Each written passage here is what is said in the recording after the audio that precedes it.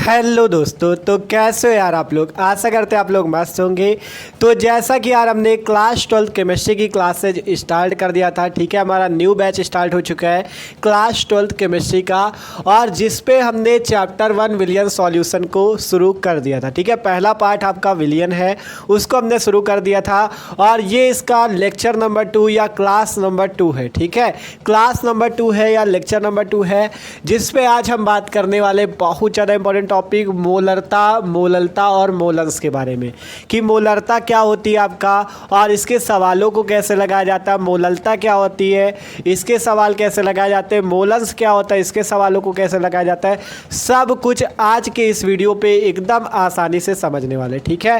तो देखो यार, अगर जिसने इसके पहले वाला वीडियो नहीं देखा, वो अगर देखना चाहे तो डिस्क्रिप्शन में प्लेलिस्ट मिल जाएगी क्लास 12 केमिस्ट्री की, उस पर जाके देख सकते हो। क्योंकि यार जब पहला वीडियो देखोगे ना, क्योंकि हमने उस पहले वीडियो पे सारे बेसिक जितने भी हैं इस चैप्टर के, वो सब उस पर क्लियर किया। अगर आप उसको सीख लेते हो तो आपको ये सब एकदम आसान लगेगा, ठीक है। तो अगर नहीं देखा वीडियो तो जाके देख सकते हो।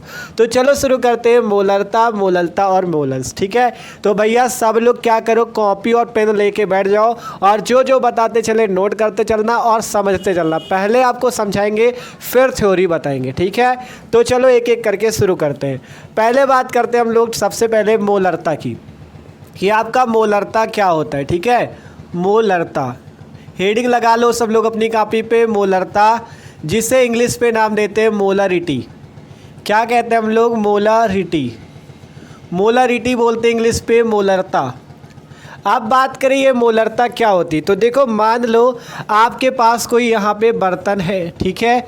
ये आपके पास एक बर्तन है, और इस बर्तन पे आपने क्या भर दिया, विलियन। एकदम आसानी से उदाहरण से आपको समझा रहे हैं भैया, कि आपको रटना ना पड़े, ठीक है। रटना ना पड़े, समझ जाओगे तो आखिरी तक आपको याद रहेगा, कभी भी भूलोगे नहीं, ठीक है। तो मान लो इस बर्तन पे हमने क्या भर दिया है, कोई विलियन भर दिया है, कोई विलियन भर दिया है, ठीक है। तो ये आपके पास कोई विलियन है, और मान लो ये विलियन आपके पास 1 लीटर है। कितना विलियन ले लिया आपने, 1 लीटर। मान लो हमने एक बर्तन लिया, उस बर्तन पे हमने 1 लीटर क्या भर दिया, विलियन भर दिया, और इसमें 1 लीटर विलियन है। अब कहा गया कि जो बर्तन, इसमें 1 लीटर विलियन है। अब इस 1 लीटर विलियन में जितने मोल आपका क्या घुला हो, विलेय, जितने मोल आपका क्या घुला हो, विलेय, तो उसे हम मोलरता कहते हैं। देखो अभी कम समझ में आएगा, पूरा समझा देंगे, टेंशन न लो। पहले देखो, सबसे पहले बात करें विलियन की, तो विलियन 2 चीज़ों से मिलकर बना होता है। पहला विलेय और विलायक, ये हमने आपको पहले वीडियो पे बताया था। विलेय वह होता है जो कम मात्रा पे होता है, और विलायक वह होता है जो विलियन में अधिक मात्रा में होता है। अब हमने आपसे कहा आपके पास मान लो बर्तन है, बर्तन में 1 लीटर विलियन है। अब इस 1 लीटर विलियन में कितने मोल आपने विलेय घोल रखा है, उसे मोलरता कहते हैं, ठीक है। अगर परिभाषा की बात करें तो किसी विलियन के 1 लीटर में उपस्थित या किसी विलियन के 1 लीटर में घुले हुए मोलों की संख्या को मोलरता या मोलारिटी कहते हैं। क्या कह रहे हैं, कोई विलियन है, वो 1 लीटर है, उस 1 लीटर विलियन में कितने मोल आपने विलेय घोला है, उसी को मोलरता कहते हैं। और ये जो मोल है ना, मोलों की संख्या के बारे में भी हमने आपको इसके पहले वाले वीडियो पे बताया था, ठीक है। तो अगर बात करें आपसे मोलरता क्या होती, मान लो कोई विलियन है, वो 1 लीटर है, और उस पर आपने कितना मोल विलेय घोल रखा है, ये कौन बताता है, मोलरता बताती है। तो यहाँ से इसकी परिभाषा लिख सकते हो। क्या लिखोगे बताओ सब लोग, बोलो। किसी विलियन के 1 लीटर में उपस्थित, किसी विलियन के 1 लीटर में उपस्थित, 1 लीटर में उपस्थित विलेय के मोलों की संख्या, ठीक है। आपसे कहा जाए चाहे कि किसी विलियन के 1 लीटर में उपस्थित या किसी विलियन के 1 लीटर में घुले हुए, ठीक है। यहाँ पे आप उपस्थित की जगह घुले हुए भी कह सकते हो। तो हमने लिखा किसी विलियन के 1 लीटर में उपस्थित विलेय के मोलों की संख्या, विलेय के मोलों की संख्या, मोलों की संख्या को मोलरता कहते हैं, को मोलरता कहते हैं, ठीक है, मोलरता कहते हैं। ये इसकी परिभाषा हो जाएगी कि किसी विलयन में, मान लो आपने 1 लीटर विलयन लिया है, कोई बर्तन है, तो किसी विलयन के 1 लीटर में कितने मोल विलय घुला हुआ है, इसे मोलरता कहते हैं। तो किसी विलयन के 1 लीटर में घुले हुए या उपस्थित मोलों की संख्या को, किसके मोलों की संख्या को, विलय के मोलों की संख्या को मोलरता कहते हैं। और इसे कैपिटल एम से प्रदर्शित करते हैं। इसे क्या करते हैं हम लोग, कैपिटल एम से प्रदर्शित करते हैं, कैपिटल एम से प्रदर्शित करते हैं, ठीक है, कैपिटल एम से प्रदर्शित करते हैं, कैपिटल एम से प्रदर्शित करते हैं, मतलब मोलरता को कैपिटल एम से लिखा जाता है, ठीक है, कैपिटल एम के द्वारा दर्शाया जाता है। तो ये है परिभाषा कि किसी विलयन के 1 लीटर में उपस्थित विलय के मोलों की संख्या को मोलरता कहते हैं। अभी आपको फॉर्मूला भी बताएंगे, इसके सवाल कैसे एकदम आसानी से लगा सकते हो वो सब कुछ आपको बताएंगे, ठीक है। आप जैसे ये बात हुई, अब इसका फार्मूला की बात करें कि इसका सूत्र क्या होता है। तो आपसे कहा गया किसी विलय के 1 लीटर में उपस्थित विलय के मोलों की संख्या को मोलरता कहते हैं। तो यहाँ पर से मोलरता बराबर हो जाएगा, मोलरता बराबर, आपसे हमने क्या कहा था मोलरता पे कि विलयन के 1 लीटर में कितना मोल विलय घुला है। तो यहाँ सबसे पहले मोलरता बराबर लिखना है विलय के क्या, मोलों की संख्या, क्योंकि आपको विलय के मोलों की संख्या की जरूरत पड़ेगी। तो लिखा विलय के मोलों की संख्या, मोलों की संख्या, और बटे में क्या हो जाएगा, विलयन का आयतन, वो भी किस में, लीटर में, विलयन का आयतन लीटर में, आयतन लीटर में, ठीक है। ये आपका फॉर्मूला बनेगा मोलरता बराबर विलय के मोलों की संख्या बटे में विलयन का आयतन लीटर में। और देखो एक फॉर्मूला ऐसे भी बन सकता है, मोलरता बराबर विलय के मोलों की संख्या, विलय के मोलों की संख्या, देखो दोनों में अंतर देखना, ठीक है, विलय के मोलों की संख्या और बटे में ये तो सेम रहेगा विलयन का आयतन, विलयन का आयतन, लेकिन ये आयतन इस बार मिलीलीटर में होगा। आयतन जब मिलीलीटर में आपसे दिया जाए तो ऊपर आपको कर लेना 1000 का गुणा। ध्यान से समझो, एक एक बात आपको समझाएंगे, टेंशन बिल्कुल ना लो। एक फॉर्मूला तो ये आया इस टाइप से, दूसरा फॉर्मूला ये आया आपके सामने, ये, ठीक है। दोनों को ध्यान से देखो और बताओ इस पे आपको क्या फ़र्क दिख रहा है। हमने आपसे पहले परिभाषा बताई थी कि किसी विलयन के 1 लीटर में उपस्थित विलय के मोलों की संख्या को मोलरता कहते हैं। मोलरता का सूत्र बताया विलय के मोलों की संख्या बटे में विलयन का आयतन लीटर में। देखो जब आप सवाल लगाओगे, न्यूमेरिकल लगाओगे, तो आपको क्वेश्चन पे कहीं कहीं आपको विलयन का आयतन लीटर पे दिया जाएगा। जब आयतन लीटर पे दिया जाए तो ये वाला फॉर्मूला यूज करोगे। अभी सवाल लगवाएंगे तब बताएंगे, ठीक है। अगर आयतन आपको विलयन का लीटर में दिया जाए तो आपको इस फॉर्मूले को यूज करना है। और अगर आपको आयतन जो विलयन का क्वेश्चन पे दिया जाए वो मिलीलीटर पे दिया जाए, एमएल पे दिया जाए, तो आपको ऊपर 1000 का गुणा कर लेना और ये वाला फॉर्मूला यूज करना है, ठीक है। अगर क्वेश्चन पे लीटर पे दिया जाए विलयन का आयतन तो मोलरता बराबर ये सूत्र लगा के मोलरता निकाल लेना, और मिलीलीटर पे दिया जाए तो ये सूत्र लगा के। अभी आपको पूरा बताएंगे, टेंशन ना लो। आप देखो इसे चाहे तो आप ऐसे भी लिख सकते हो। देखो आपसे कहा था मोलरता को कैपिटल एम से प्रदर्शित करते हैं, तो मोलरता कैपिटल एम हो गया। कैपिटल एम इक्वल टू विलय के मोलों की संख्या। देखो विलय के मोलों की संख्या को आपको फॉर्मूला बताया था। विलय के मोलों की संख्या का फॉर्मूला आपको पहले वाले वीडियो पे बताया था कि मोलों की संख्या बराबर क्या होता है। मोलों की संख्या बराबर होता है आपका, मोलों की संख्या बराबर फॉर्मूला था भार बटा में अणुभार, भार बटा में अणुभार। ये होता है मोलों की संख्या का फॉर्मूला, भार बटे में अणुभार, ठीक है। विलय के मोलों की संख्या का फॉर्मूला क्या होता है, भार बटे में अणुभार। तो जब मोलों की संख्या का फॉर्मूला भार बटा अणुभार होता है तो यहाँ पे आप विलय के मोलों की संख्या भार बटा अणुभार रख सकते हो। और भार को जो है स्मॉल w से प्रदर्शित करते हैं और अणुभार को m से, स्मॉल m से प्रदर्शित करते हैं। तो आप यहाँ पे फॉर्मूला बना सकते हो। देखो मोलों की संख्या को भार बटा अणुभार लिखते हैं तो चाहे पहले ऐसे लिख लो, भार बटे में क्या, अणुभार, ऐसे भी लिख सकते हो, या आप चाहो भार को हम कह रहे हैं जब आपका विलेय का भार होगा, यहाँ पे जैसे आपका भार बटा अणुभार होता है, तो देखो एक पॉइंट और समझ लो फिर आगे बताते हैं। तो यहाँ पर से कैपिटल एम बराबर आप लिख सकते हो विलेय का भार, क्योंकि विलेय के मोलों की संख्या की बात है तो विलेय का भार बटे में विलेय का अणुभार, विलेय का अणुभार, ठीक है, विलेय का भार बटे में विलेय का अणुभार, और ये आपका हो जाएगा विलयन का आयतन, विलयन का आयतन। अगर मिलीलीटर वाला फॉर्मूला बनाओगे तो ऊपर 1000 का गुणा कर देना बस, ठीक है। ये आपका फॉर्मूला हो जाएगा कैपिटल एम इक्वल टू विलेय का भार बटे में विलेय का अणुभार और बटे में विलयन का आयतन मिलीलीटर में और 1000 का गुणा। इसे आप चाहो तो ऐसे लिख सकते हो, देखो यहाँ पे आपको बता दें, ठीक है। कैपिटल एम मोलरता को प्रदर्शित करता है, कैपिटल एम बराबर विलेय के मोलों की संख्या को हमने लिखा विलेय का भार बटा अणुभार, और विलेय के भार को अगर हम स्मॉल w से प्रदर्शित करें तो स्मॉल w बटे में विलेय का अणुभार, इसे हम स्मॉल m से प्रदर्शित करें तो स्मॉल m, और इनटू में क्या हो जाएगा विलयन का आयतन। देखो ये विलेय का अणुभार नीचे आ जाएगा इसके साथ, विलयन के आयतन के साथ, तो हमने विलेय का अणुभार लिखा और विलयन का आयतन तो इसे हम प्रदर्शित करते हैं v से, और ऊपर 1000 का गुणा तो 1000 का कर लो गुणा। ये आपका फॉर्मूला बनेगा मोलरता का। किसका फॉर्मूला बनेगा भैया? मोलरता का, ठीक है। ये फॉर्मूला है मोलरता का, देख लो।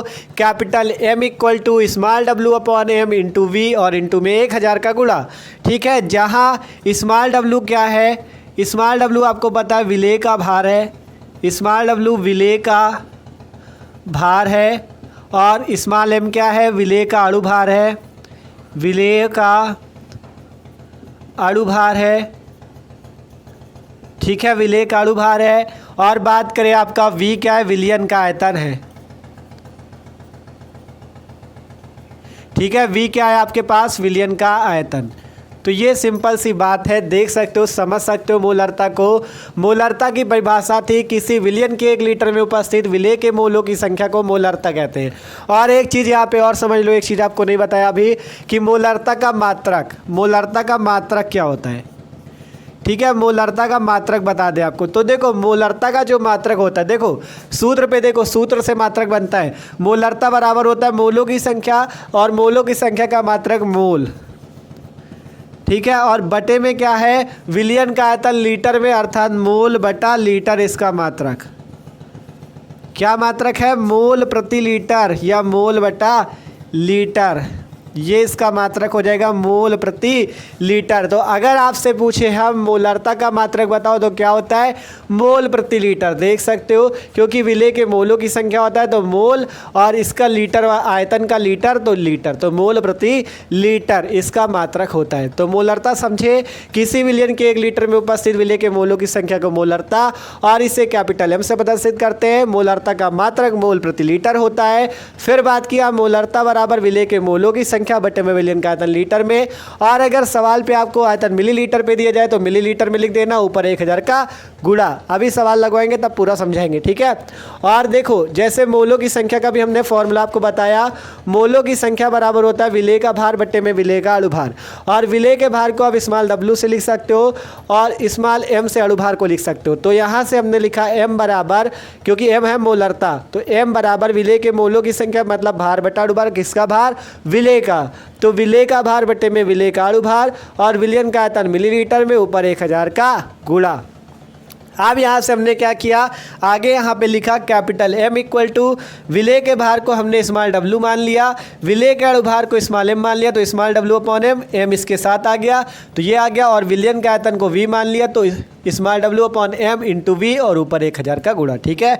इसे भी चाहो तो कोष्टक पे बंद कर लो, ठीक है। तो ये बात है सिंपल मोलरता की, और मात्रक देख लिया मोल प्रति लीटर।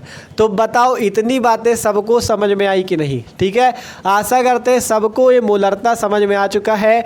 अब आपको ले चलते हैं न्यूमेरिकल की ओर, कि कैसे आप मोलरता के सवाल लगा सकते हो और कैसे इन सूत्रों का आपको यूज करना है, कैसे इन सूत्रों का आपको यूज करना है वो आपको बताते हैं, ठीक है। तो यार भाई वीडियो अच्छा लग रहा हो तो लाइक कर लो, और चैनल पर नए हो तो सब्सक्राइब कर लो, और अपने दोस्तों के साथ भी वीडियो को शेयर करो, उनके पास भी वीडियो भेजो, जिससे उनकी तैयारी भी मस्त हो सके। ठीक है, उनको बताओ कि भैया मस्त तैयारी करा रहे हैं केमिस्ट्री की। ठीक है, बहुत जल्द फिजिक्स की भी शुरू हो जाएगी तैयारी, अभी केमिस्ट्री की चल रही है, क्लास 12 केमिस्ट्री की।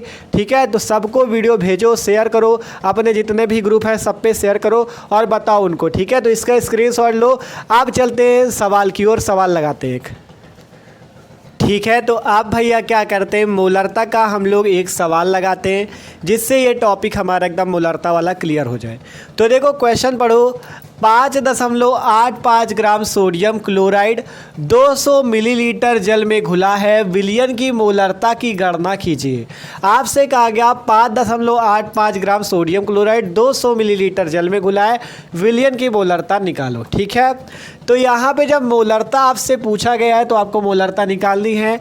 सबसे पहले यहाँ पे आपको सॉल्व करने पे क्या करना है, कोई भी अगर आप सवाल लगा रहे हो तो सबसे पहले सवाल में जो दिया हो वो लिख लो। आपसे कहा गया 5.85 ग्राम क्या दिया गया है, सोडियम क्लोराइड। ठीक है, सोडियम क्लोराइड का सूत्र सबको पता होगा, NaCl होता है। तो 5.85 ग्राम सोडियम क्लोराइड किस में घुला है, 200 मिलीलीटर जल में। तो सिंपल आपने लिया था 200 मिलीलीटर जल, उस पर क्या घोल दिया, 5.85 ग्राम सोडियम क्लोराइड। ठीक है, 5.85 ग्राम सोडियम क्लोराइड आपने घोला है किसमें, 200 मिलीलीटर पे। अर्थात ये जो 200 मिलीलीटर दिया गया है ये आपको इस विलयन का आयतन दिया गया है। 200 मिलीलीटर क्या दिया गया है, विलयन का आयतन दिया गया है भैया। ठीक है, 200 मिलीलीटर क्या दिया गया है, विलयन का आयतन। तो यहाँ से विलयन का आयतन कितना आ गया, 200 मिलीलीटर। ठीक है, विलयन का आयतन हो गया 200 मिलीलीटर। तो हमने आपसे कहा क्या कि आपसे कहा सबसे पहले जो दिया हो वो नोट कर लो। 5.85 ग्राम सोडियम क्लोराइड, तो NaCl होता है सूत्र, 200 मिलीलीटर जल का लिख दिया। अब मोलरता का फॉर्मूला सबको पता है क्या होता है, मोलरता बराबर विलेय के मोलों की संख्या, मतलब मोलों की संख्या की जगह सीधा भार बटा अणुभार याद रखो। तो मोलरता बराबर विलेय का भार बटा विलेय का अणुभार, और बटे में क्या था, विलयन का आयतन। अगर लीटर में है तो गुणा 1000 करना करो, मिलीलीटर में तो 1000 का गुणा कर लो। अब सबसे पहले एक चीज़ बात आती है कि मोलों की संख्या निकालने के लिए अणुभार की ज़रूरत पड़ेगी। तो आप क्या करो, विलेय का अणुभार निकाल लो, और विलेय यहाँ पे कौन है, यही NaCl। NaCl का क्या करो, अणुभार निकाल लो। और अणुभार कैसे निकलता है ये हमने इसके जो पहला वीडियो था ना उस पर आपको सिखाया था कि अणुभार कैसे निकाला जाता है। इसलिए कह रहे हैं जिसने पहला वीडियो नहीं देखा वो ज़रूर देखो, क्योंकि आप उस वीडियो को देखने से सारे बेसिक आप सीख जाओगे। ठीक है, तो देखो आपको बता दें यहाँ पे थोड़ा कि NaCl का अणुभार कैसे निकलेगा। लिखते हैं NaCl का अणुभार कैसे निकले। NaCl का अणुभार हमने आपसे कहा था किसी का भी अणुभार निकालना है तो आपको कुछ तत्वों का अणुभार याद कर लेना है। जैसे सोडियम का 23 होता है, क्लोरीन का 35.5 होता है, हाइड्रोजन का 1 होता है, कार्बन का 12 होता है, ऑक्सीजन का 16 होता है और नाइट्रोजन का 14 होता है। इस टाइप से आपको कुछ बता दिए थे कि आप याद कर लो। ठीक है, तो जैसे NaCl है, NaCl में Na है और Cl, Na का क्या होता है 23, तो 23 लिख दो। फिर क्लोरीन का लिखना है तो बीच में लगाओ प्लस, क्लोरीन का लिख दो 35.5। ठीक है, क्या किया, पहले Na का लिखा 23, फिर क्लोरीन का लिखना है तो 23 प्लस कर दो 35.5, इसे जोड़ोगे आएगा 58.5। कितना आएगा, 58.5। ठीक है, जोड़ देना 58.5 आएगा। अब निकालना क्या है आपको, मोलरता। तो मोलरता का फॉर्मूला बताओ सब लोग, अभी आपको दिखाया था मोलरता का फॉर्मूला बताओ। विलेय का भार बटे में विलेय का अणुभार, विलेय का अणुभार और बटे में क्या था, विलयन का आयतन, विलयन का आयतन। ठीक है, हमने आपसे कहा था अगर सवाल पे लीटर पे आयतन दिया हो तो आप यहाँ पे लीटर पे रखना, और मिलीलीटर पे दिया हो तो मिलीलीटर पे रखना। सवाल पे आपको देखो यहाँ पे 200 मिलीलीटर दिया है तो यहाँ पे मिलीलीटर पे रख लो, और ऊपर क्या कर लोगे 1000 का गुणा। ऊपर क्या कर लोगे 1000 का गुणा। अगर लीटर पे दिया होता तो 1000 का गुणा ना करते, लेकिन मिलीलीटर पे दिया तो 1000 का गुणा। और इसे हमने आपको बताया था कि आप ऐसे भी लिख सकते हो, मोलरता को कैपिटल एम से प्रदर्शित करते हैं और भार को स्मॉल डब्ल्यू से, विलेय के अणुभार को स्मॉल एम से, आयतन को वी से और ऊपर 1000 का गुणा। ऐसे भी आप कर सकते हो। तो सिंपल ये वाला फॉर्मूला याद कर लेना, capital M equal to small W upon M into V into 1000। ठीक है, तो मोलरता कैपिटल एम निकालो यहाँ से, स्मॉल डब्ल्यू क्या है, विलेय का भार। विलेय का भार ये दिया गया 5.85 ग्राम, तो रख दो 5.85 बटे में विलेय का अणुभार स्मॉल एम दिया गया 58.5, निकाला है ना भी अणुभार, तो स्मॉल एम अणुभार का मान रख दो 58.5। ठीक है, यहाँ पे आप लिख सकते हो अणुभार स्मॉल एम, आयतन वी, और ये जो विलेय का भार है इसे किससे प्रदर्शित करते हैं, इस आपका स्मॉल डब्ल्यू से। इस तरह से लिख लिया गो। ठीक है, विलेय का भार स्मॉल डब्ल्यू, आयतन वी और अणुभार स्मॉल एम। तो यहाँ पे सारी वैल्यू रख दो, स्मॉल डब्ल्यू की रख दो, एम की रख दो, वी की रख दो। वी की कितनी 200 रखो, और ऊपर क्या करना है 1000 का गुणा। देख लो सारी वैल्यू रखी, स्मॉल डब्ल्यू की, एम की, वी की। 200 से 1000 काटो 5 आ जाएगा। यहाँ पे कैपिटल एम बराबर 5.85 है, बटे में 58.5 है और ऊपर 5 का गुणा है। ठीक है, अगर देखो यहाँ पे इसे सॉल्व करना है, ऊपर 2 अंक पे दशमलव, नीचे 1 अंक पे, तो नीचे एक 0 बढ़ा लो, 2 अंक पे ऊपर भी हो गया दशमलव, नीचे भी 2 अंक पे, दशमलव से दशमलव कट जाएगा। यहाँ पे क्या बच जाएगा, कैपिटल एम बराबर क्या बच जाएगा, देखो कैपिटल एम बराबर बचेगा 585 बटे 5850, 585 बटा 5850 और गुणे में 5 का गुणा। ठीक है, 585 से 5850 काटोगे 10, तो m बराबर 5 बटे 10, या आप कह सकते हो m बराबर 0.5। और मात्रक बताओ मोलरता का, अभी बताया था मोलरता का मात्रक, मोल प्रति लीटर, मोल प्रति लीटर। ठीक है, ये हो जाएगा आपके पास आंसर, मोल प्रति लीटर। तो आसानी से निकाल सकते हो आप मोलरता। आप बताओ, ठीक है, एकदम आसान है, सिंपल। जो क्वेश्चन पे दिया हो पहले वो नोट कर लो, फॉर्मूला लगा दो, और अणुभार निकालना जरूर आना चाहिए। NaCl का अणुभार निकाला, इतने याद कर लो, इसके अलावा कोई ज़्यादा नहीं फंसेगा। ठीक है, यही अगर आपने याद कर लिए तो किसी भी यौगिक का अणुभार निकाल लोगे। NaCl का निकालना था, Na का रखा, Cl का रखा, ये आ गया। मोलरता का फॉर्मूला लगाओ, ये वाला मेन याद रखो। ठीक है, ये वाला मेन, ये फॉर्मूला आप याद रखो, capital M equal to small W upon M into V और इंटू 1000। सारी वैल्यू रख दो, स्मॉल डब्ल्यू की, स्मॉल डब्ल्यू की, वी की, एम की और 1000 गुणा काट दिया सब। एम बराबर 5 बटा 10 आया, 10 का भाग दोगे 0.5 मोल प्रति लीटर, मोलरता निकल गई। तो आशा करते हैं सबको मोलरता समझ में आ चुकी है। समझ में आ चुकी ना? तो समझ में आ चुकी हो तो इसका स्क्रीनशॉट ले लो, सवाल भी लगवा दिया एक। अब बात करते हैं मोलरता की। ठीक है, इसी तरह से मस्त पढ़ाई चल रही है कि आपकी तैयारी अच्छी होनी चाहिए। ठीक है, तो अपने दोस्तों के साथ वीडियो जरूर शेयर करो कि उनकी तैयारी भी मस्त हो सके। तो स्क्रीनशॉट लो इसका। ठीक है, तो आप भैया बात करते हैं मोलरता के बारे में। ठीक है, तो मोलरता और मोलरता लगभग एक ही जैसी है, बस मोलरता पे और मोलरता पे फ़र्क इतना होता है कि मोलरता पे विलयन का आयतन होता है, लेकिन मोलरता पे विलायक का भार होता है। इतना फ़र्क होता है। देखो इसको पढ़ते हैं फिर समझते हैं। यहाँ पे हेडिंग लग चुकी है मोलरता, मोलालिटी। देखो मोलरता को इंग्लिश में मोलारिटी कहते हैं और मोलरता को मोलालिटी कहते हैं। ठीक है, तो देखो इसमें क्या होता है, इसमें मान लो एक बर्तन है, बर्तन पे क्या होता है, विलायक का भार होता है 1 किलोग्राम। उसमें क्या था, विलयन का आयतन था 1 लीटर, लेकिन इसमें क्या होता है, विलायक का भार होता है 1 किलोग्राम। और उसमें कितना मोल विलेय घुला, ये मोलरता बताती है। मोलरता पे कहा था कि कोई बर्तन है, मान लो उस पर 1 लीटर विलयन है, उसमें कितना मोल विलेय घुला ये मोलरता बताएगी, लेकिन 1 किलोग्राम विलायक में कितना मोल विलेय घुला ये मोलरता बताएगी। ठीक है, लरता और ललता में है। ठीक है, तो ये समझते रहना। तो पढ़ो यहाँ पे क्या लिखा मोलरता पे, किसी विलायक के 1 किलोग्राम में उपस्थित विलेय के मोलों की संख्या को मोलरता कहते हैं। क्या कहते हैं? मोलरता कहते हैं। मोलरता कहते हैं। ठीक है, किसी विलायक के 1 किलोग्राम में उपस्थित विलेय के मोलों की संख्या को मोललता कहते हैं। इसे स्मॉल m से प्रदर्शित करते हैं। ठीक है, मोललता को किससे प्रदर्शित करते हैं? स्मॉल m से प्रदर्शित करते हैं। तो ये सिंपल सी बात है। उसमें था किसी विलियन के 1 लीटर में उपस्थित विलेय के मोलों की संख्या, इसमें किसी विलायक के 1 किलोग्राम में उपस्थित विलेय के मोलों की संख्या को मोललता कहते हैं। इसे स्मॉल m से प्रदर्शित करते हैं और मोललता को कैपिटल M से प्रदर्शित करते थे। ठीक है, ये फर्क थे। और मोललता का मात्रक होता है मोल प्रति किलोग्राम या मोल प्रति केजी, और मोललता का था मोल प्रति लीटर। तो दोनों में फ़र्क भी यहाँ पे समझ रहे हो, कंफ्यूज ना हो जाना। ठीक है, मोललता का मात्रक होता है मोल प्रति किलोग्राम। फॉर्मूला पढ़ो, मोललता का फॉर्मूला, मोललता बराबर होता है विलेय के मोलों की संख्या बटे में विलायक का भार किलोग्राम में। आपको दोनों में ज़्यादा फर्क नहीं दिखेगा। उसमें क्या था? विलेय के मोलों की संख्या बटे में विलियन का आयतन लीटर में, लेकिन यहाँ पे विलायक का भार किलोग्राम में।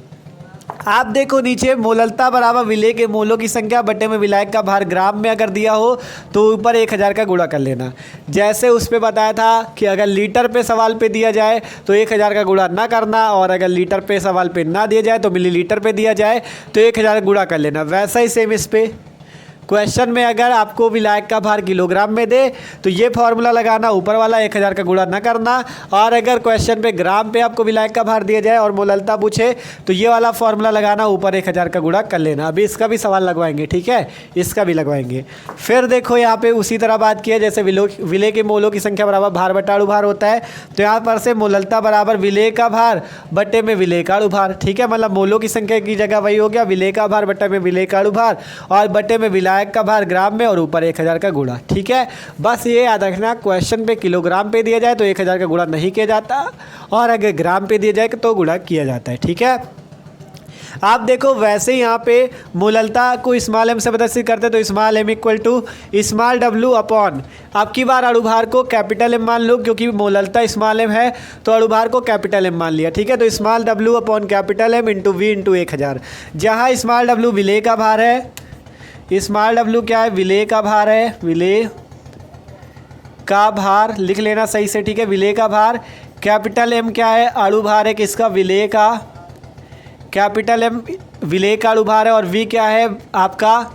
ठीक है, सॉरी यहाँ पे v कहाँ से लिख दिया, ये गड़बड़ कर दिया ना। v कहाँ से आ जाएगा? इस पे तो विलायक का भार है ना, तो इस पे होगा कैपिटल W, कैपिटल W। देखो सही से लिख देते हैं, ठीक है, जिससे आपको समझ में आ जाए। यहाँ पे होगा कैपिटल W। ठीक है, लिख देते हैं, नीचे लिखते हैं स्मॉल w विलेय का भार है, स्मॉल w विलेय का भार है, और जो कैपिटल W है ये विलायक का भार है। ये क्या है? कैपिटल W विलायक का भार है, और आपका जो ये है, ठीक है, कैपिटल M ये क्या है? अणुभार है किसका? विलेय का। इस बार अणुभार को हमने कैपिटल M से इसलिए प्रदर्शित कर दिया क्योंकि मोललता जो होती है इसे स्मॉल m से प्रदर्शित किया जाता है। ठीक है, तो मोललता स्मॉल m बराबर small w upon capital M into capital W into 1000। Capital W क्या है? इस विलायक का भार है। कैपिटल W क्या है? विलायक का भार है। तो स्मॉल w विलेय का भार, कैपिटल W विलायक का भार, कैपिटल M अणुभार किसका? विलेय का। तो सेम चीज़ है, उसमें क्या था? v था, इस कैपिटल W की जगह v था, और सेम था फॉर्मूला। v का मतलब आयतन था और W का मतलब अणुभार है। ठीक है, सॉरी, स्मॉल w का मतलब विलेय का भार और कैपिटल W का मतलब विलायक का भार है। ठीक है, तो आशा करते हैं मोललता भी समझ में आई। सेम चीज़ है वैसा ही, बस उसमें विलियन का आयतन था, इसमें विलायक का भार है। ठीक है, तो इतना स्क्रीनशॉट कर लो सब लोग। अब एक न्यूमेरिकल इसका भी सॉल्व कर ले, फिर मोलन्स की ओर चलते हैं। ठीक है, तो इसका स्क्रीनशॉट लो। ठीक है, तो आप भैया मोललता का भी एक सवाल देख लेते हैं। तो देखो क्वेश्चन पढ़ो। क्वेश्चन है आपके पास 14.625 ग्राम सोडियम क्लोराइड को 250 ग्राम जल में विलेय किया गया, प्राप्त विलयन की मोललता ज्ञात कीजिए। ठीक है, 14.625 ग्राम सोडियम क्लोराइड को 250 ग्राम जल में विलेय किया गया, विलयन की मोललता बताओ। तो सिंपल वैसा ही मेथड रहेगा जैसे मोललता पे निकालते थे। पहले जो दिया लिख लो, 14.625 ग्राम सोडियम क्लोराइड, सूत्र NaCl, और जब NaCl दिया गया यही क्या हो जाएगा? आपका विलेय हो जाएगा। आपका आ गया 250 ग्राम जल में घुला है। तो आपको इतना हमने पढ़ा रखा है कि जैसे विलयन में दो घटक होते हैं, विलयन में क्या होते हैं, दो चीज़ें उपस्थित होती हैं, विलेय और विलायक, और बताया था जो विलयन में कम मात्रा में हो उसे विलेय कह देना और जो ज़्यादा मात्रा में उसे विलायक कह देना। तो यहाँ पे देखो 14.625 ग्राम और 250 ग्राम में कौन ज़्यादा कौन कम, तो 14 कम है कि 250, 14 कम है ना, तो जो कम उसे विलेय और जो ज़्यादा 250 वाला ज़्यादा है तो इसे कहेंगे विलायक। इसे क्या कहेंगे, विलायक। विलेय और विलायक ऐसे ही पहचानना, विलयन में जो कम मात्रा में उसे विलेय कहेंगे और जो अधिक मात्रा में उसे विलायक कहेंगे। तो सिंपल यहाँ पे ये कम मात्रा में तो इसे विलेय कह दिया, ये ज़्यादा मात्रा में तो इसे विलायक। आप बात करते हैं इस NaCl का अणुभार निकाल लेते हैं, तो NaCl का अणुभार बराबर Na का 23, क्लोरीन का 35.5 अभी बताया था, जोड़ दो 58.5। मोललता निकाल ली है, फॉर्मूला लगाओ विलेय का भार बट्टे में विलेय का अणुभार, या सीधा कह दो विलेय के मोलों की संख्या। ठीक है, तो वही हमने लिखा विलेय का भार बटे में विलेय का अणुभार और ऊपर 1000 का गुणा। 1000 का गुणा तब करना जब विलायक का भार ग्राम में दिया जाए क्वेश्चन पे। अगर किलोग्राम पे दिया जाए तो 1000 का गुणा ना करना, नहीं क्वेश्चन गलत हो जाएगा। ठीक है, तो 1000 का गुणा कब होगा, जब आपका ग्राम में दिया जाएगा विलायक का भार। तो विलेय का भार पहले रखो 14.625 और बटे में क्या रखना है, विलेय का अणुभार। अणुभार आया 58.5 रख दिया और विलायक का भार है, विलायक का भार कहाँ दिया गया 250 और ऊपर 1000 का गुणा। अब इसे सॉल्व करोगे 250 से 1000 को काटोगे आ जाएगा 4 और यहाँ पे 14.625 को 58 से काटोगे 1/4 आ जाएगा, ऊपर बचा 4 और इसको काटने से 1/4 आया, यहाँ 4 से 4 कैंसिल कर देना। स्मॉल m की वैल्यू आ जाएगी 1 मोल प्रति किलोग्राम, ये हो जाएगी मोललता। ये क्या हो जाएगी, मोललता। तो इस तरह से सवाल लगाए जाते हैं, सिंपल कुछ नहीं था। आपको भार दिया गया था सोडियम क्लोराइड का, 250 ग्राम जल दिया गया था, NaCl का अणुभार निकाल लो, मोललता का फॉर्मूला लगाओ, तुरंत आंसर, फॉर्मूला बस लगाओ तुरंत आंसर। ठीक है, तो इस तरह से आप भैया सवाल लगा सकते हो मोललता के। तो आशा करते हैं मोललता भी सबको समझ में आ चुकी है। ठीक है, तो समझ में आ जाए करे यार तो कमेंट करके भी बता देना। ठीक है, कमेंट करके बता देना कि हाँ भैया समझ में आ गया। ठीक है, मोललता हो गया, मोललता हो गया। अब बचता है मूल अंश, जिसे मूल प्रभाज के नाम से भी जानते हैं। ठीक है, तो उसको भी देखते हैं। तो इसका स्क्रीनशॉट अगर लेना हो, नोट करना हो तो कर लो। ठीक है, तो अब भैया मोलरता भी पढ़ लिया हमने, मोललता भी पढ़ लिया। अब बात करते हैं मूल अंश या मूल प्रभाज के बारे में। तो हेडिंग लग चुकी है मूल अंश या मूल प्रभाज, और इसे इंग्लिश पे क्या कहते हैं, इसे इंग्लिश पे कहते हैं मोल फ्रैक्शन।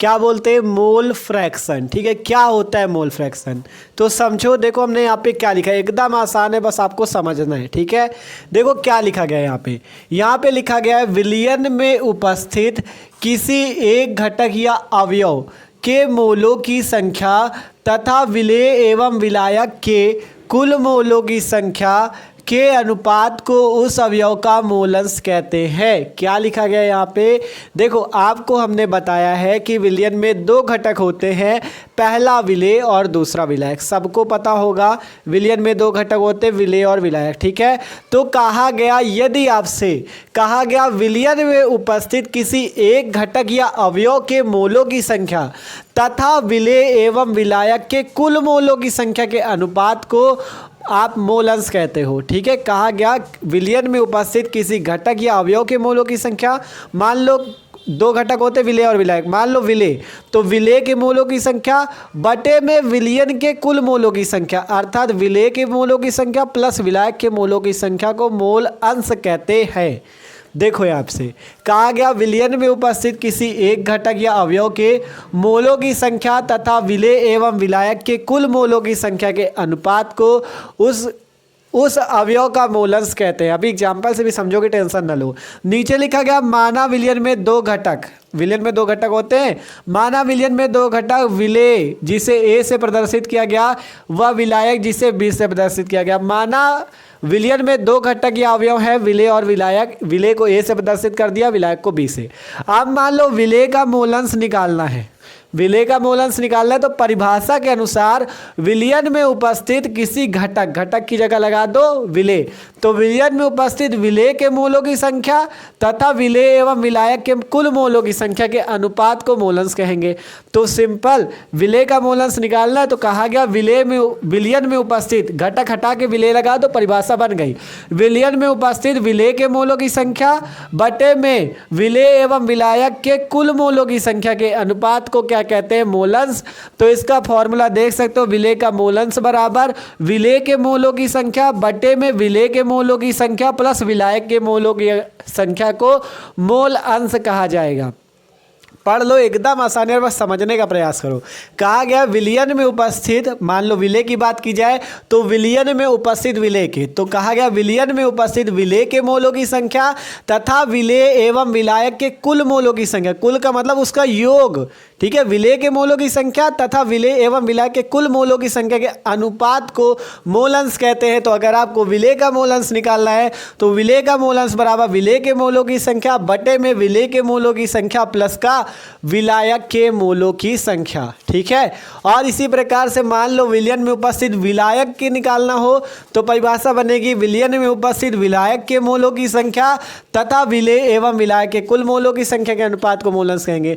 तो मूल अंश बराबर हो जाएगा विलायक के मूलों की संख्या और बटे में विलेय के मूलों की संख्या प्लस विलायक के मूलों की संख्या। देख लो यहाँ से, विलायक का मूल अंश बराबर विलायक के मूलों की संख्या बटे में विलेय के मूलों की संख्या प्लस विलायक के मूलों की संख्या। आपसे हम सिंपल ये कहना चाहते हैं कि अगर आपको मूल अंश निकालना है, चाहे विलेय का निकालना हो या विलायक का, अगर विलेय का निकालना है तो सूत्र याद कर लो, विलेय का मूल अंश अगर निकालना है तो ऊपर आपको रखना है विलेय के मूलों की संख्या। अगर विलेय का मूल अंश निकालना है तो लिखो विलेय के मूलों की संख्या बटे में विलेय के मूलों की संख्या प्लस विलायक के मूलों की संख्या। और यदि विलायक का मूल अंश निकालना हो तो ऊपर लिखो विलायक के मूलों की संख्या बटे में विलेय के मूलों की संख्या प्लस विलायक के मूलों की संख्या। ये सूत्र है, ठीक है। परिभाषा है कि विलयन में उपस्थित किसी घटक या अवयव के मूलों की संख्या तथा विलेय एवं विलायक के कुल मूलों की संख्या के अनुपात को मूल अंश कहते हैं। माना विलयन में दो घटक विलेय ए एवं विलायक भी है।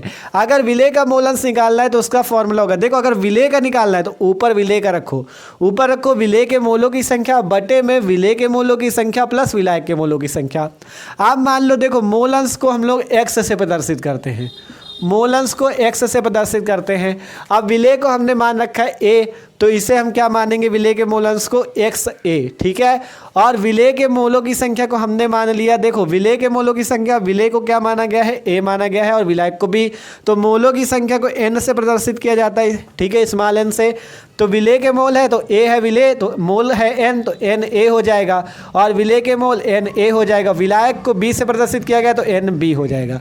तो यहाँ से आप लिख सकते हो एक्स ए बराबर एन ए बटे में N A plus N B, चाहे तो लिख लेना साइड में कि एक्स ए आपका विलेय के मूलों की संख्या, एन ए आपका एक्स ए आपका विलेय का मूल अंश, एन ए आपका विलेय के मूलों की संख्या, विलेय के मूलों की संख्या, और एन बी जो है आपका ये विलायक के मूलों की संख्या है।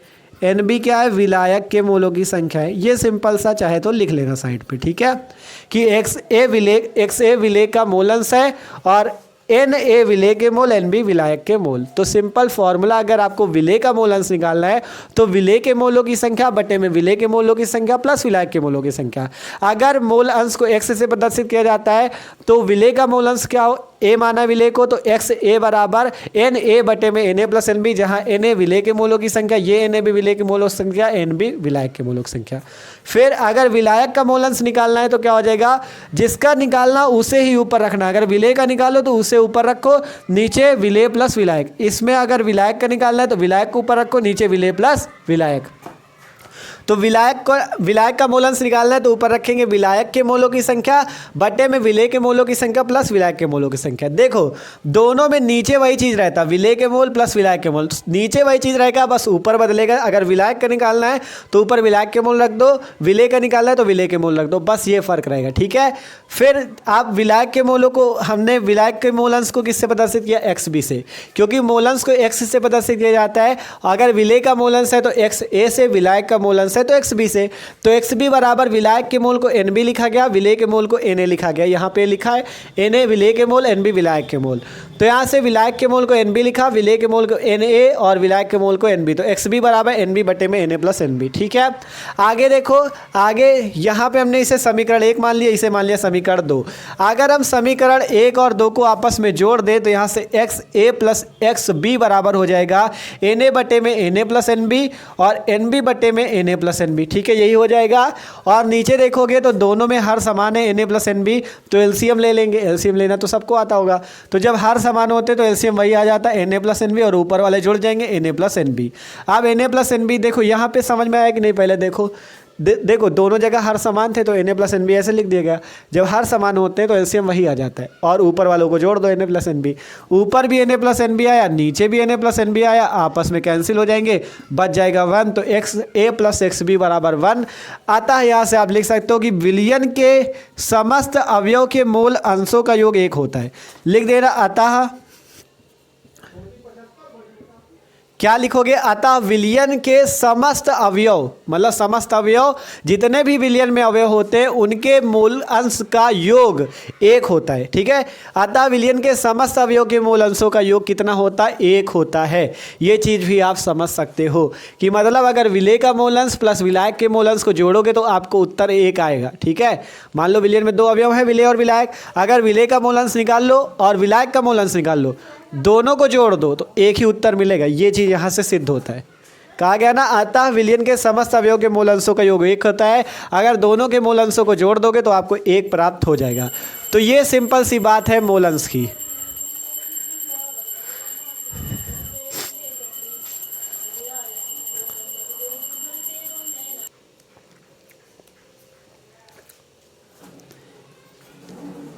ठीक है, तो ये सिंपल सी बात है मूल अंश की। सिंपल कहा गया, अतः विलयन के समस्त अवयव के मूल अंशों का योग 1 होता है। तो देखो मूल अंश पे क्या क्या बात हुई एक बार फिर से समझ लो, फिर इसका भी एक न्यूमेरिकल लगवा दो, एक सवाल लगवा दे।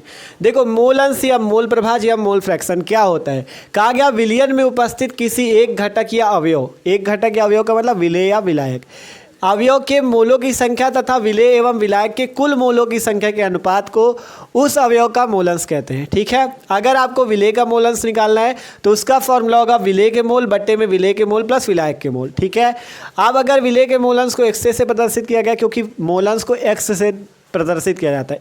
अब विलेय को हमने A मान लिया है तो XA हो जाएगा और विलेय के मूलों को Na हो जाएगा और यहाँ पे भी Na प्लस NB। अब विलायक का मूल अंश निकालना है तो देखो जिसका निकालना उसी को ऊपर रखो और नीचे वाले में दोनों को जोड़ दो। तो विलायक का निकालना तो विलायक के मूल बटे में विलेय के मूल प्लस विलायक के मूल। तो यहाँ से हो गया XB बराबर NB बटे में Na प्लस NB। इसे समीकरण 2 माना, इसे 1, दोनों को जोड़ दिया तो हमें ये मिला XA plus XB equal to 1। अतः इससे क्या पता चलता है कि A के मूलों की A का मूल अंश अर्थात XA प्लस B का मूल अंश अर्थात XB दोनों का योग 1 आ रहा है। अतः विलयन में उपस्थित सभी अवयव के मूल अंशों का योग 1 होता है। तो वही चीज़ लिख दिया गया, अतः विलयन के समस्त अवयव के मूल अंशों का योग 1 होता है। तो आशा करते हैं मूल अंश भी सबको समझ में आ चुका है। अब आपको इसका भी एक न्यूमेरिकल करवा दे जिससे ये टॉपिक भी एकदम क्लियर हो जाए। तो स्क्रीनशॉट ले लो जिसका लेना हो। ठीक है, तो अब भैया मूल अंश का एक न्यूमेरिकल सॉल्व कर लेते हैं जिससे आपको मूल अंश भी एकदम क्लियर हो जाए। ठीक है, तो देखो क्वेश्चन किस टाइप से आपसे पूछा जा सकता है। ये जो क्वेश्चन बता रहे हैं एग्जाम के लिए भी मोस्ट इंपॉर्टेंट। ठीक है, देखो क्वेश्चन पढ़ो, 72 ग्राम जल और 92 ग्राम एथिल अल्कोहल के मिश्रण में दोनों का मोल प्रभाज या मोल अंश ज्ञात कीजिए। आपको 72 ग्राम दिया गया जल, 92 ग्राम दिया गया एथिल अल्कोहल। ठीक है, इसका एक विलयन है और इसमें आपको जल और एथिल अल्कोहल का मोल प्रभाज ज्ञात करना है। ठीक है, एक विलयन है आपके पास जिसमें 72 ग्राम जल प्लस 92 ग्राम एथिल अल्कोहल है, तो आपको मोल प्रभाज ज्ञात करना है। क्या आप ज्ञात कर लोगे? आपको सूत्र पता ही है, जैसे अभी तक विलेय विलायक था इस बार जल और एथिल अल्कोहल आ गया। देखो बस इस पे ये पता होना चाहिए कि जल का सूत्र क्या होता है। जल का सूत्र तो सब कोई जानता होगा H2O, और एथिल अल्कोहल का सूत्र बताओ। एथिल अल्कोहल का सूत्र होता है C2H5OH। क्या सूत्र होता है, C2H5OH। तो सबसे पहले क्वेश्चन पे जो दिया वो लिख लो, 72 ग्राम जल दिया गया तो यहाँ पे लिख लो 72 या 72 ग्राम H2O। जल का सूत्र जरूर याद होना चाहिए, H2O।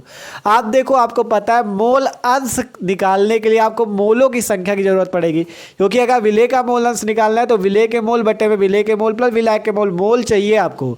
तो मोल के लिए अणुभार भी चाहिए, क्योंकि मोलों की संख्या का फॉर्मूला भार बटा अणुभार होता है। तो सबसे पहले जल का अणुभार निकाल लो, H2O का अणुभार। हाइड्रोजन 2 है तो एक हाइड्रोजन का 1 होता है, 2 है तो 1 गुणे 2 प्लस ऑक्सीजन का 16, 16 प्लस 2 मिला के 18। ठीक है, एक हाइड्रोजन का 1 होता है, 2 हाइड्रोजन है तो 1 गुणे 2 प्लस ऑक्सीजन का 16। तो देखो आपको बताया ही था यार, इनकी याद जरूर कर लो। ठीक है, हाइड्रोजन का 1 होता है, कार्बन का 12 होता है, ऑक्सीजन का 16 होता है, नाइट्रोजन का 14 होता है और आपका क्लोरीन का 35.5 होता है। ये जो मेन इनके जरूर तैयार कर लो। ठीक है, आपका H2O था, 2 हाइड्रोजन तो 1 का 1 होता है, तो 2 है तो 1 गुणे 2 प्लस ऑक्सीजन का 16, तो इसका आ गया 18। अब 92 ग्राम एथिल अल्कोहल, एथिल अल्कोहल का सूत्र C2H5OH।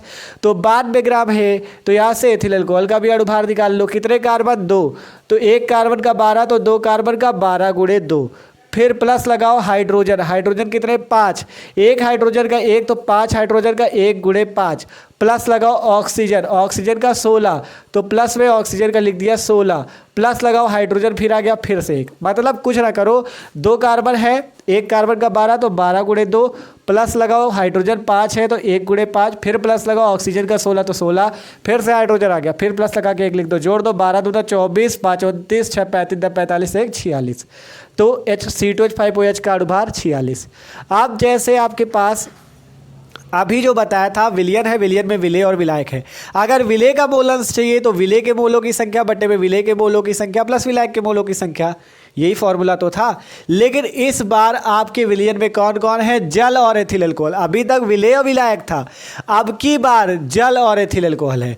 तो जब जल का मोल अंश निकालना होगा आपको H2O का मोल अंश, तो आपसे हमने कहा था जिसका मोल अंश या जिसका मोल प्रभाज निकालना हो उसको ऊपर रखना। जैसे विलेय का मोल अंश निकालना था तो विलेय के मोल को ऊपर रखते थे, बटे में विलेय के मोल प्लस विलायक के मोल। इस बार ऐसा नहीं, इस बार जल और एथिल अल्कोहल है, तो जल का मोल अंश निकालना होगा तो जल के मोल को ऊपर रखेंगे, बटे में जल के मोल प्लस एथिल अल्कोहल के मोल, क्योंकि इस बार विलयन में 2 लोग हैं, जल और एथिल अल्कोहल। और अगर एथिल अल्कोहल का मोल अंश निकालना होगा तो एथिल अल्कोहल के मोल ऊपर रखेंगे, बटे में एथिल अल्कोहल के मोल प्लस किसके, जल के मोल। तो वही चीज़ लगा दो, जल के मोल अगर पहले सबसे पहले मोल अलग अलग निकाल लें। ठीक है, ये फॉर्मूला मोल अंश का बाद में लगाएंगे, पहले अलग अलग मोल निकाल लो। पहले निकाला जल के मोल, जल के मोल का सूत्र क्या हो जाएगा, जल का भार बटे में जल का अणुभार, क्योंकि मोलों की संख्या बराबर भार बटा अणुभार, तो जल का भार बटे जल का अणुभार। जल का भार 72, अणुभार 18, 72 बटे 18, 18 से 72 काटो, 18 चौको 72। ठीक है, 4 आ गया जल के मोल। फिर एथिल अल्कोहल के मोल निकालो, एथिल अल्कोहल का भार बटे एथिल अल्कोहल का अणुभार। एथिल अल्कोहल का भार 92 था, कहाँ गया 92, ये, और अणुभार 46, 46 से 92 काट दो, आ जाएगा 2, क्योंकि 46 दूना 92 होता है। आप मोल अंश का फॉर्मूला लगाओ। अगर जल का मोल अंश निकालना होगा, जैसे विलेय का मोल अंश निकालना होता है तो विलेय के मोल बटे में विलेय के मोल प्लस विलायक के मोल, वैसे ही जल का मोल अंश निकालना है तो जल के मोल बटे में जल के मोल प्लस एथिल अल्कोहल के मोल। मतलब कि विलयन में अगर 2 अवयव है, जल और एथिल अल्कोहल, अगर जल का निकालना तो जल के मोल को ऊपर रखो, बटे में जल के प्लस एथिल अल्कोहल के।